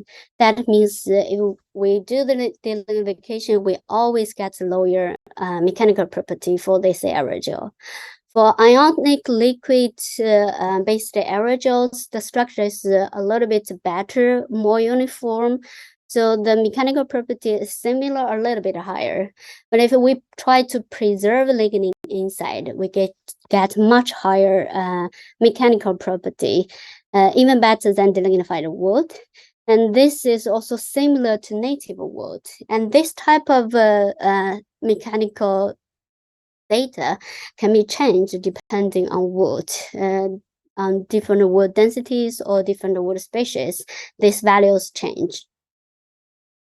And this is a comparison with the literature that our work have much higher mechanical performance.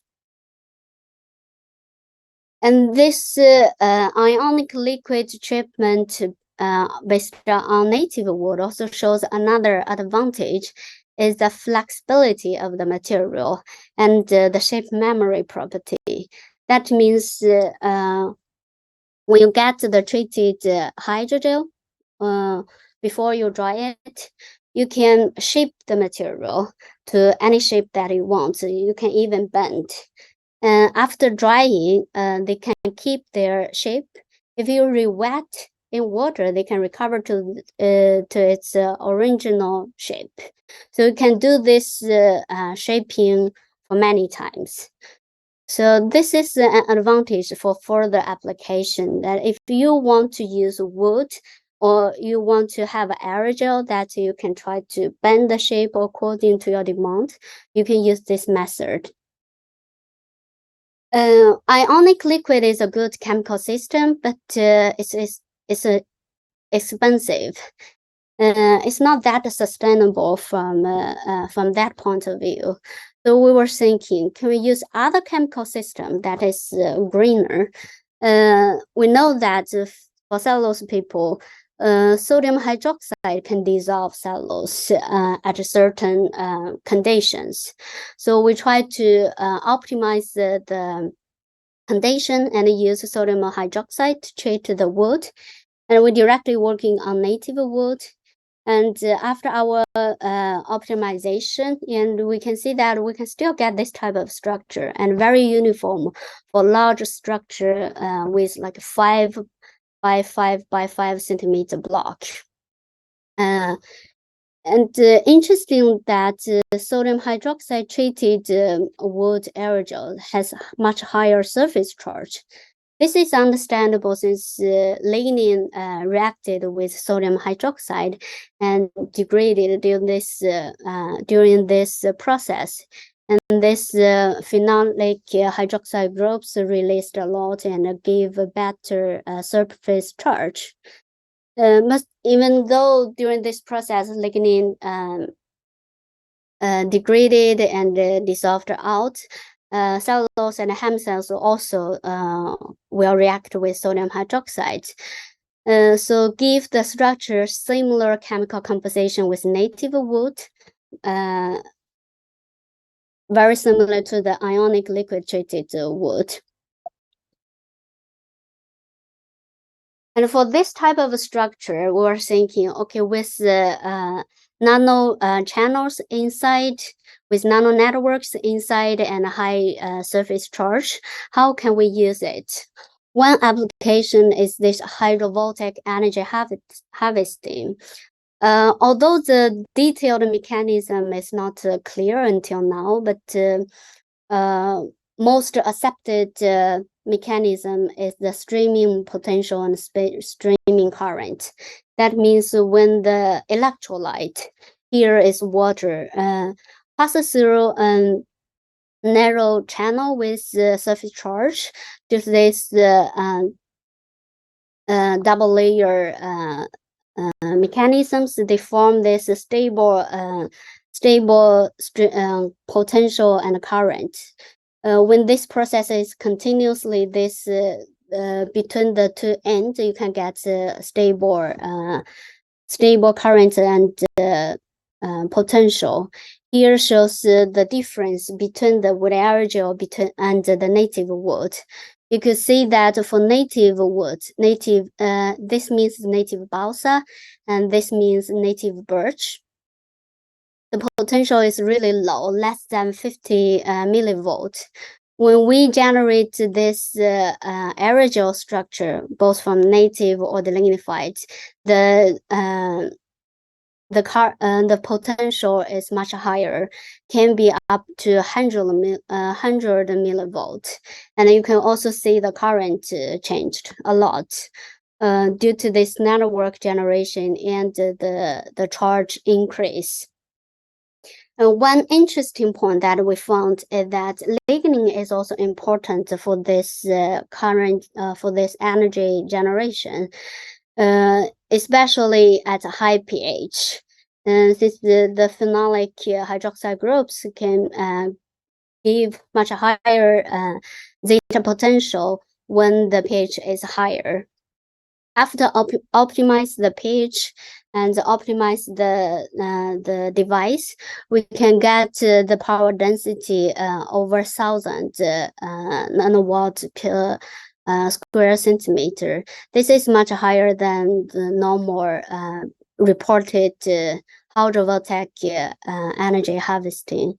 And then here shows that if we directly use this wood aerogel, just 6 blocks and connect it together, we can power this calculator really easily.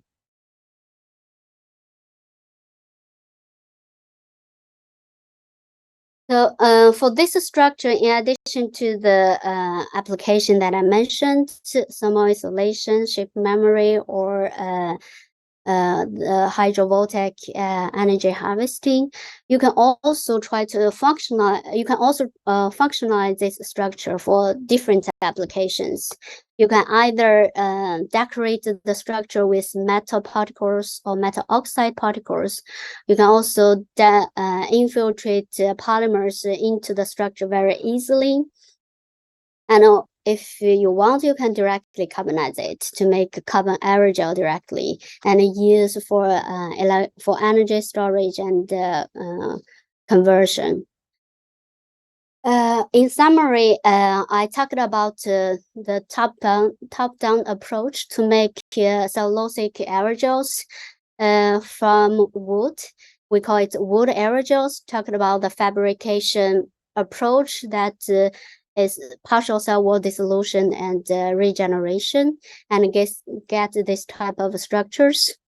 And talking about sustainable fabrication for this type of a material from the chemical system development point of view, from dimagnesium chloride system to ionic liquid to sodium hydroxide. And also talk about the more preserved structure of wood, especially lignin. Also mentioned some applications based on the structure functions, for example, thermal insulation, safe memory, and the power generation. At the end, I want to acknowledge the collaborators for these works, and also my students, Jonas Germark. He already defended, and he's now a postdoc at ETH. I'm grateful for Biocomposite Group for the support, and also Valuable Science Center, and also other fundings for these works. Thanks for your attention.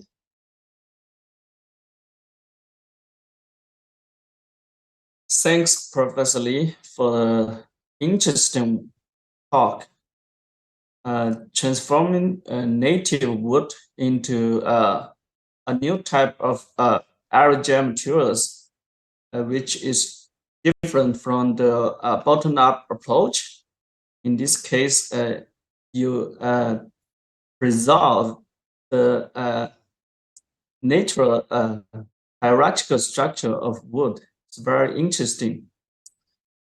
Do we have any questions from the audience?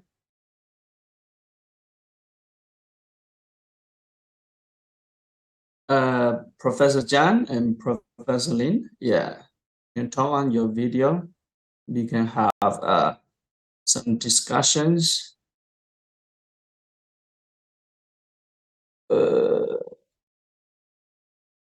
Professor Jiang, do we have any questions from the audience? Can I have a question first? Yeah, of course. Yeah, I'm curious about Professor Feng's work, Jiang's work about the deep eutectic solvent treatment to make nanocellulose. And you mentioned that I remember the first work, you pre-treat the mechanical pulp and directly blend and make nanocellulose. I'm curious about the charge change during this process, especially your pre-treatment. You mean the charge of the cellulose? Yes. Every charge. Yeah. So for that work, because we use oxalic acid as one of the components. So oxalic acid is a dicarboxylic acid. It has a 2 carboxylic group. So it will esterify the hydroxyl group. So we did observe the increase of the carboxylic acid content. I think the surface charge increase to about it's not very high. So it's not like the tempo oxidation. You can introduce like 1 millimole per gram. So this one, I think we have about 0.4. After reaction, we have about 0.4 millimole per gram of the surface carboxylic group. So yeah, so there will be a charge introduced on there. Yeah. Thank you. How about the pulp after you do the pre-treatment? So the pulp or the fiber will be swollen, or I'm curious about that. The pulp will be shortened, so it will become shorter, and also we use some mechanical treatment as I show in the slide. We use some just blending, like a mechanical blender, like to blend the pulp. So and after that, it will become a stable suspension. So we yes, so the pulp will go through the swollen and hydrolysis and also remove the amorphous. So we did observe like most of the hemicellulose have been removed because they are easily hydrolyzed. So the residue is about like depending on the reaction condition. So the residue is very has lignin content about like 30 to can be as high as 50% of lignin content. Okay, thank you. Thank you. Yeah, actually, we have one question from the audience for Professor Jiang. Let me repeat these questions. Thanks a lot, Professor Jiang, for the amazing talk. I'm wondering if the lignin containing CNCs have more active surface than traditional CNCs or more stable? So stability is it is stable, so it is it's hard to compare so which one is more stable if they are both stable, right? So they do not precipitate over the time. So I would say it's similar stability because the charge are similar. So even higher, the charge density is even higher than the traditional sulfuric acid hydrolyzed CNC. Usually those has about 0.2 or 0.1 millimole per gram. So yes, so it is stable. Yeah. Yes, so they are the same stable, but more active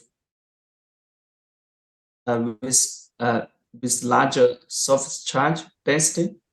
Yeah, so it has higher surface charge density, so it has similar stability. Yes, but yeah, so basically there are different types of utility solvent. If you some utility solvent you can isolate the materials, but you do not introduce any charge. For example, if you use a glycer or use other hydroxyl group like as a hydrogen bond donor, and then for those you will not introduce charge, and sometimes you can get for those sometimes you can get the cellulose nanofiber instead of cellulose nanocrystal.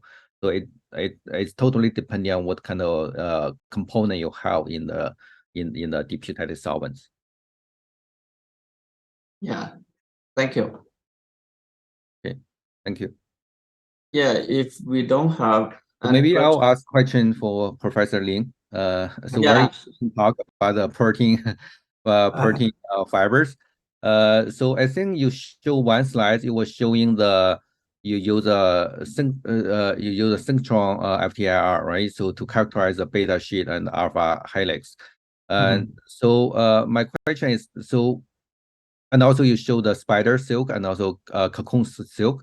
So we know like cocoon silk is much weaker compared to the spider silk, right? So if I if I say correctly, and then so with my so I don't work a lot of protein. So my understanding is the beta sheet is contributing for the modulus or for the strength, and then the alpha helix or the coil is contributing for the elasticity, right?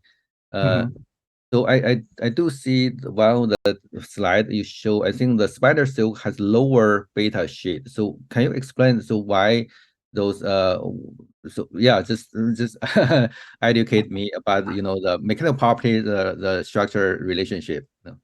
Yeah. Thanks, Professor Jiang, for this. I think it's a very interesting question. So normally, we say that the beta sheet more like the nanocrystal of the polymer. So that means this nanocrystal can cross-link the amorphous region and to get a network structure. So if the cross-linker is the content of the cross-linker is too high, and so that's where material will be brittle. So that's why the Bambico-Mori silk actually have the high beta sheet content, and if the cross-linker actually no, but has enough amount to cross-link the molecular network. So that means that it can be stretch or larger, have high extensibility, but also can be much more tough. Actually, not as I said, not strong. So actually, the spider silk, the modulus is not so high as the Bambico-Mori silk. But actually, the fracture strength is much higher than the Bambico-Mori due to they can be elongation much higher than the Bambico-Mori silk. So this actually totally from the polymer background. That means the secondary structure control everything. But for silk or even for the other natural materials such as the wood or other natural fiber, maybe the answer is wrong. Actually, sometimes the second structure have some initial impact, but the total async is contributed by the hierarchical structure design. So that's why want to understand how different structure level to contribute to the mechanical property of the natural stuff. We use the synchrotron FT. We can calculate the beta sheet, but actually we didn't really understand the helix structure or radical structure. So normally we just see beta sheet and other structure or amorphous structure. So maybe we can find a more fine characterization method to understand this difference. But actually now we are more focused on the beta sheet content. Yeah. Okay. Yeah. Thank you. Thank you very much. So yeah. Thank you. we do need a combination of the crystallinity and also amorphous region, right? So yeah. So maybe one question for Professor Li, if there's time. So Professor Li, I think very interesting work on the aerogel with aerogel, and you use the dissolution and the regeneration. So I think you did the free drying, right? So you for example, lithium chloride. So you dissolve and then you regenerate in the acetone, and then you do the free drying. I wonder, have you tried, since you already solvent exchange to acetone, have you tried the supercritical drying? Maybe you can get higher surface area, or you can get more different properties. Yes, we tried. Supercritical drying give a better value for specific surface area. We did actually both freeze dry and supercritical dry.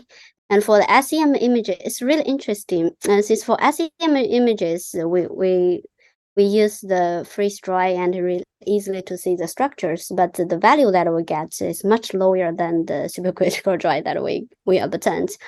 Or like if supercritical dry, we can get like 250, but for just freeze dry, we just get like less than 100. So we tried both. For some work, we reported both, but for some work, we only report one method. The value get from one method.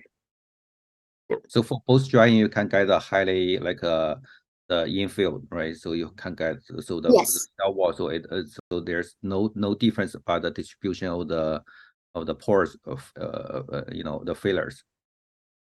The structures from the SEM is similar, but the specific surface area is much different.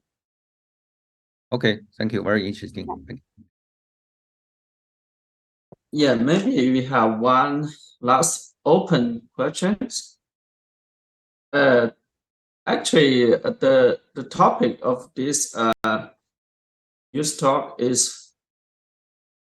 Okay, let me get one questions from the audience.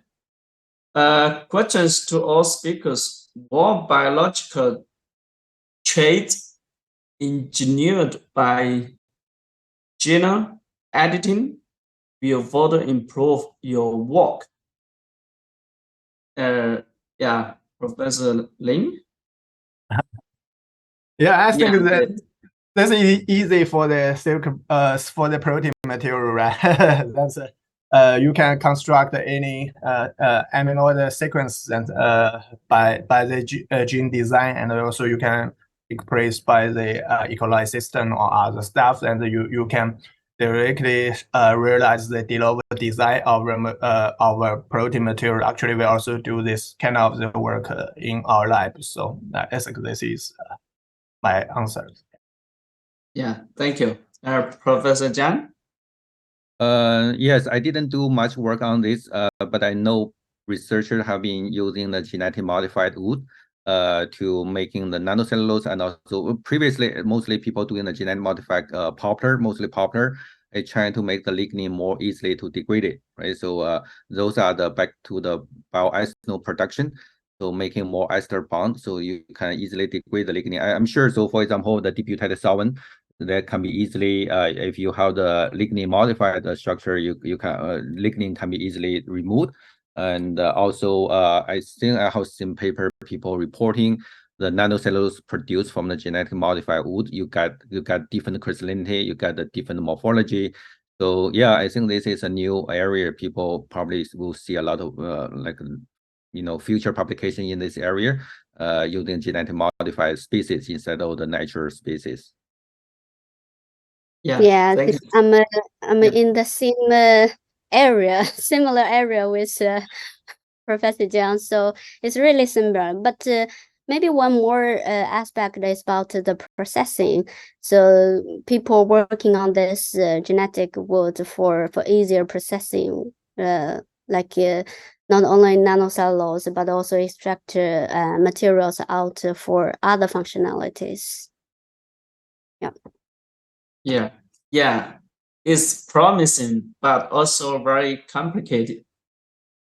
Yeah, there are some efforts from the biologic fields and some cooperations between material science or biomass scientists and biologic scientists. Yeah, if we all work together, we can find out more reliable and more promising solutions to this future direction, I think. Yeah, okay, let's continue this last open questions. As the topic of this seminar is sustainable, bio-based sustainable materials. Actually, bio-based is not equal to sustainable materials, right? So the question is how to define sustainable materials, and do you think your developed materials are really sustainable? Yeah, let's keep the same turn, Professor Li.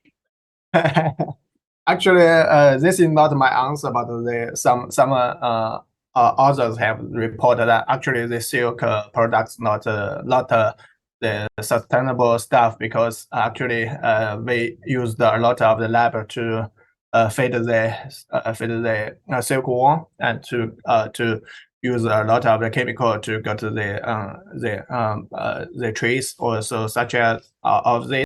And also we normally use industrial based to produce the silk fabricates. All of these are high energy consume. So, but definitely I think the silk cocoon is a very sustainable stuff. So maybe the next generation for the silk material directly start from the cocoon, not from the fiber or other products. So this is my answer.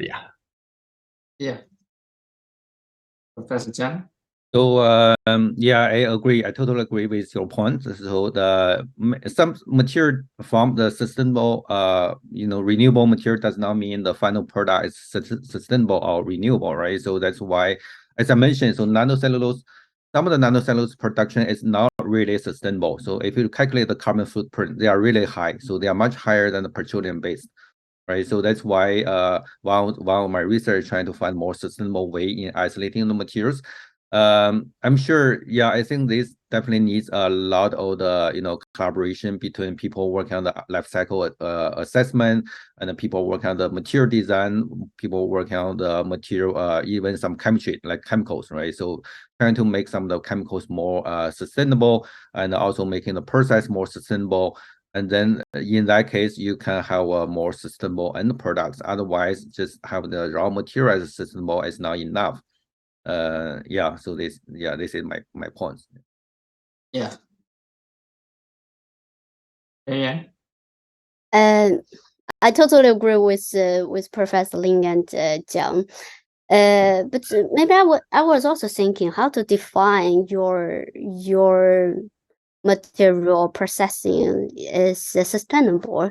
I think it's always or often about comparison. So what you are comparing, what processing you are comparing, or what the resources you are comparing, or what the materials end use, their influence to the society or human.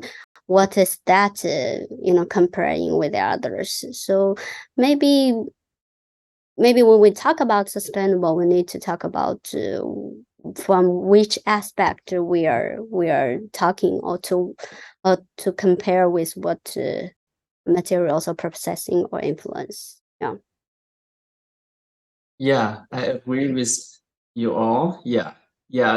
I think one baseline is the petrochemical based products. We always say it's not as sustainable as we want. Yeah, and from the energy consumption, the chemicals we used, and from recyclability, environmental impact, and so on. Yeah, this really need more collaborations between this material science chemist and the life cycle analysis scientist. Yeah, to find out. I think we are working hard to approach this goal, but we are not at that point yet. But if we keep improve like the process, improve the design, improve everything, we can actually achieve more sustainable materials for our sustainable society. Yeah, this also what we are working for. Yeah. Okay, I think we are getting to the end. Thanks our excellent speakers, Professor Ling, Jiang, and Li, for these excellent talks, providing us how to develop sustainable materials for our society. Also, I would like to thank the audience is so long attention, 2 hours. Thank you all for your attention, and I will look forward to seeing you in the near future, face to face, with more cooperations and communications. Okay, let's say goodbye. Good night, everyone. Thank you. See you. Yeah, Yeah. bye-bye. Bye. Bye-bye. Bye-bye. Forgot your job. Okay, Yeah. forgot your job to deliver certification. Oh,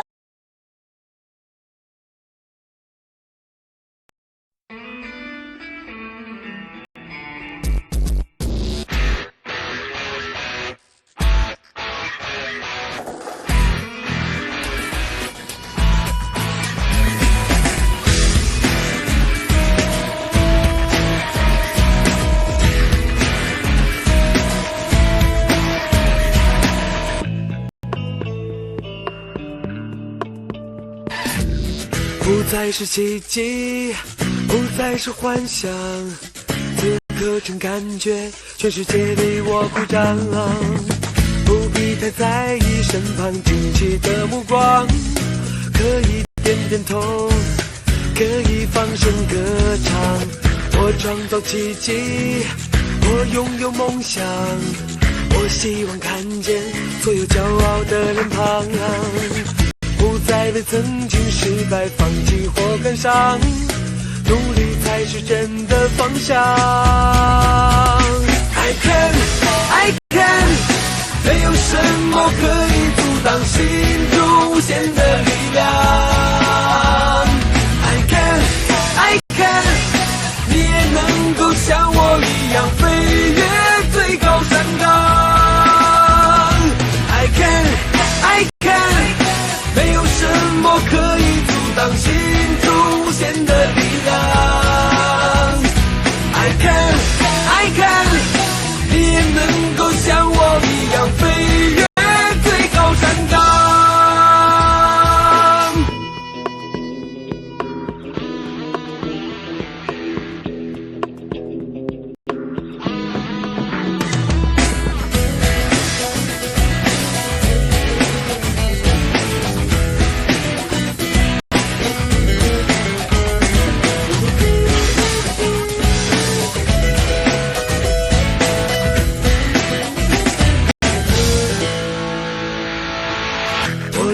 奇迹。我拥有梦想，我希望看见所有骄傲的脸庞，不再为曾经失败放弃或感伤，努力才是真的方向。I can